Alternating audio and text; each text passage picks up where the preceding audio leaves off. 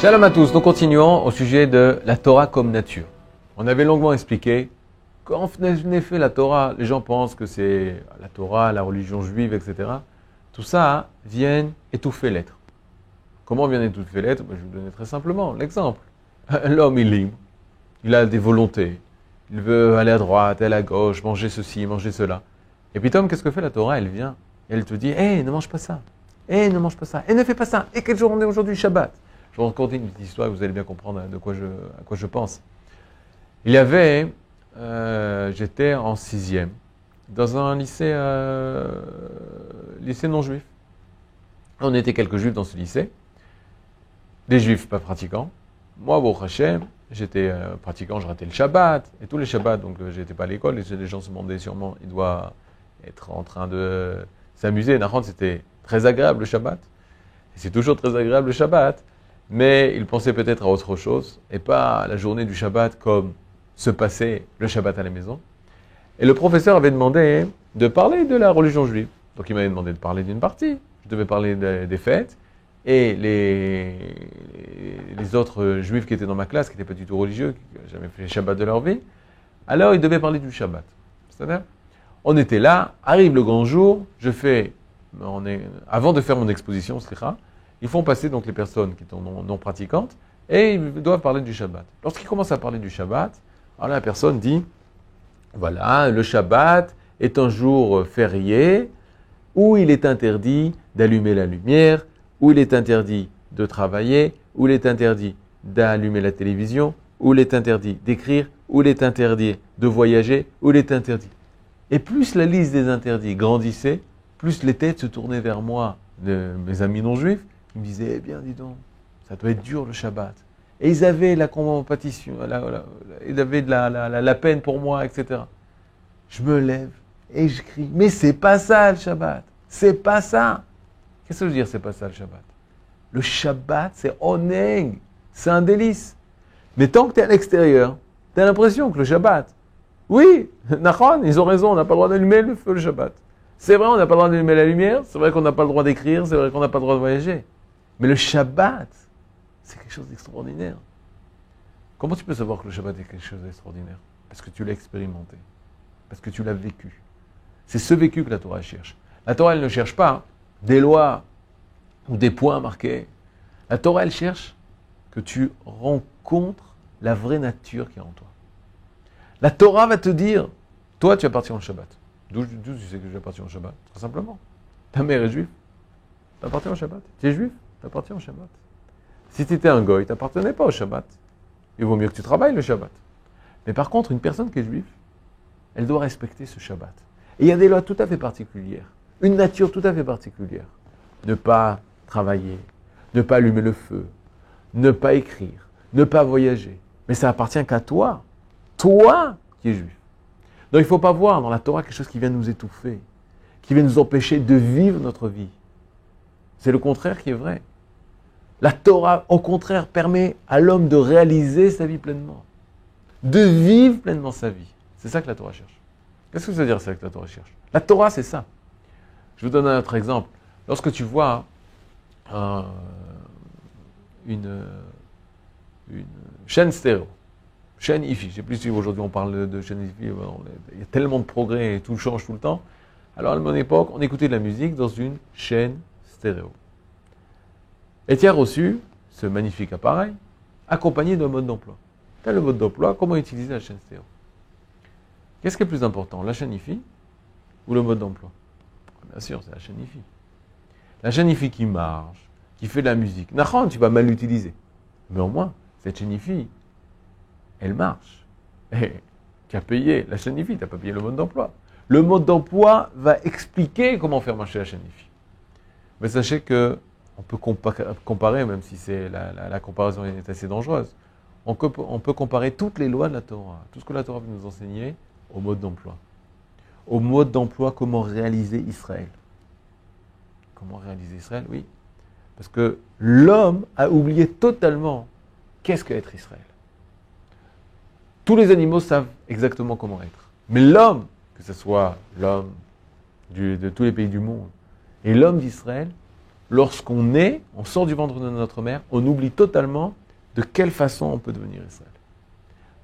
La Torah vient et te dit voilà, c'est marqué ici. Tout ce qui est marqué ici, c'est être Israël. Tu as seulement besoin de réaliser ça. Le professeur Levinas disait une phrase qui résume tout ça. Il dit on est juif. Tu nais juif, parce que ta mère est juive, tu es né juif. Mais un jour, il faudrait penser à le devenir. Le devenir, faire venir cet Israël qui est ici, le faire venir ici, présent, dans ma pensée, penser Israël, dans mon écoute, écouter Israël, dans mes mains, agir Israël, dans mes pieds, marcher Israël, dans ma digestion, dans tout mon être, réaliser l'Israël qui est en moi. Ça, c'est le défi de la Torah. Le défi de la Torah veut qu'on devienne Torah, parce qu'on est Torah. Chas Shalom, la Torah ne vient pas t'empêcher de devenir ce que tu dois être. La Torah ne vient pas t'étouffer et t'empêcher de vivre. La Torah ne t'empêche pas d'être indépendant. Personne ne dit, mais attends, je comprends pas. La Torah, elle m'étouffe. La Torah, elle m'empêche de me réaliser. Toi, tu n'es pas libre. Tu fais tout ce qui est marqué dans la Torah. Tu es un esclave. Alors une telle personne lui dira, toi tu es libre, vas-y, vole, saute 6 étages, bois du pétrole. Toi tu peux faire tout ce que tu veux, c'est vrai. Alors il te regarde et fait, non, j'ai des lois. Fait, quelles sont tes lois? Les lois que tu as découvertes, c'est seulement boire du pétrole est dangereux pour la santé. Fumer est dangereux pour la santé. Nous, on a des détails, et des détails, et des détails, et des détails de toutes les lois intérieures de notre être. Voici les commandements. Positifs ou négatifs. Mais leur but est commun. De dévoiler, de réaliser le véritable être qui est moi. Et maintenant on comprend pourquoi la loi, la halakha va fixer qu'un juif est juif si sa mère est juive. Pourquoi? Parce que c'est la mère qui a formé ça. C'est la mère qui a formé cet être. Le père a donné une partie, a donné le départ, mais c'est elle qui va donner vie, faire grandir l'être. Et comme la Torah est marquée dans l'être, elle a cette capacité de marquer la Torah dans l'être, de faire passer la nature, de faire passer cette nature. C'est pour ça que selon la Torah, le judaïsme passe par la mère, pas par le père. Par le père, ça aurait été plus une doctrine, une façon de penser, une philosophie. Or, la Torah n'est pas du tout une façon de penser. La Torah est notre façon de penser. C'est ça la nuance. Notre, toute particulière façon d'être, façon de penser, façon de respirer. Et pourquoi ça? Parce que nous sommes livrés à nous-mêmes lorsque nous naissons, contrairement aux animaux. Les animaux, lorsque le cheval naît, en 7 minutes, il peut se mettre sur pied. Il sait déjà marcher, il commence à courir. Une fois, ils ont fait un test. Un oisillon qui venait de naître. Ils lui ont présenté une photo. Ils lui ont montré la photo d'un pile, d'un éléphant. Tout allait bien, il continuait de chanter. Il lui emmène une photo d'un prédateur, d'un aigle. Lorsqu'il voit la photo de l'aigle, il commence à rentrer en panique et à bouger ses ailes dans tous les sens. En quelques minutes. Au bout de quelques minutes où il est né, il connaît déjà quels sont les animaux, les oiseaux prédateurs dont il doit faire attention. Il a eu le temps déjà d'aller faire une licence ou un doctorat en zoologie, ou en biologie, ou en sciences naturelles. Et là, c'est marqué dans son être. C'est ça la différence avec les animaux. Les animaux, tous les autres êtres, eux, ont leur nature marquée instinctivement et se réalisent de façon instinctive, tandis que nous, elles ne se réalisent pas de façon instinctive. Nous, 3 étapes. 1, apprendre sa nature. 2, vouloir réaliser cette nature. Et la comprendre que c'est notre nature. 3, réaliser la nature. Faire l'action. Si on fait des actions qui sont, à nos yeux, complètement extérieures à nous et pas nous, alors ce ne sera pas nous. Si je fais des actions, on va appeler ça les commandements, les mitzvot. Parce que Dieu t'a vu, fais-moi confiance, j'ai fait ce que tu as dit, alors note bien. Ça, c'est une personne qui est religieuse. Mauvaise nouvelle, nous ne sommes pas religieux. Ou du moins, nous ne voulons pas être religieux. Pire que ça, nous sommes contre la religion. Parce que la religion, par définition, dit, toi, tu es un être si mauvais, si méchant, la religion vient te parfaire. Nous, la Torah, elle te dit, tu es un être Israël. Je vais t'expliquer qu'est-ce que être Israël. Et grâce à ça, tu vas pouvoir devenir Israël. Mais par définition, la Torah ne se veut pas étouffante. Au contraire, c'est elle qui va te donner la véritable possibilité de respirer. Maintenant, des preuves. Les gens veulent, prouve-moi que la Torah, elle donne la vie. Ben, c'est très simple. Il faut savoir que une personne qui aime la vie donne la vie. Là où tu verras des personnes qui donnent la vie, c'est un signe qu'ils aiment la vie. Là où tu verras des personnes qui ne donnent pas la vie, alors c'est des personnes qui n'aiment plus la vie, qui ont perdu espoir de la vie. Tu vois étrangement que dans les continents, ou même dans les pays les plus développés, c'est là où le taux de natalité baisse le plus. Pourquoi? N'aimant plus la vie, étant détachés de leur propre vie, ils ne veulent plus donner la vie. Or tu vois qu'en Israël, grâce à Dieu, Baruch Hashem, des gens qui sont rattachés à la nature, à leur véritable vie, ils aiment leur vie, et par conséquent, ils veulent donner la vie. Et tu vois que le taux de natalité est énorme, et ne fait que grandir d'année en année. Pourquoi ça? Quel rapport? Parce qu'on le répète, on n'est pas dans le but de respecter telle et telle doctrine, telle et telle philosophie. Et tout le but est de réaliser notre nature, réaliser notre vie qui est en nous. La Torah est comme ce mode d'emploi qui vient nous dévoiler quelle est notre vie, quelle est notre nature. Elle ne vient pas nous étouffer, elle ne vient pas nous bloquer, elle ne vient pas nous dire tu dois faire ça et ça, sinon tu vas avoir une punition du Dieu. Ça c'était pendant 2000 ans, on a été trompés. Pendant 2000 ans on pouvait penser ça, ça n'aurait pas été très grave. Mais aujourd'hui quand on revient en Eretz Israël, on revient à notre vraie nature. Alors on peut comprendre, et on peut s'élever à la compréhension que la Torah n'est pas une chose extérieure à nous. Et là au contraire, c'est la chose la plus profonde qui est en nous. Et ce qui a marqué sur le livre, c'est seulement ce qui a marqué dans notre cœur. Lorsque je lis le livre, j'arrive à prendre conscience de ce qui a marqué dans notre cœur, qui a marqué dans notre âme, qui a marqué dans notre vie, qui a marqué dans notre ADN métaphysique.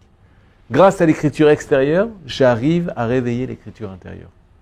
Et c'est ça le but. C'est ça, être appelé à s'attacher à Hachem, s'attacher à Dieu, s'attacher à la Torah et le mitzvot, d'être capable de pouvoir réaliser toute cette nature. On parle de nature dans la Torah.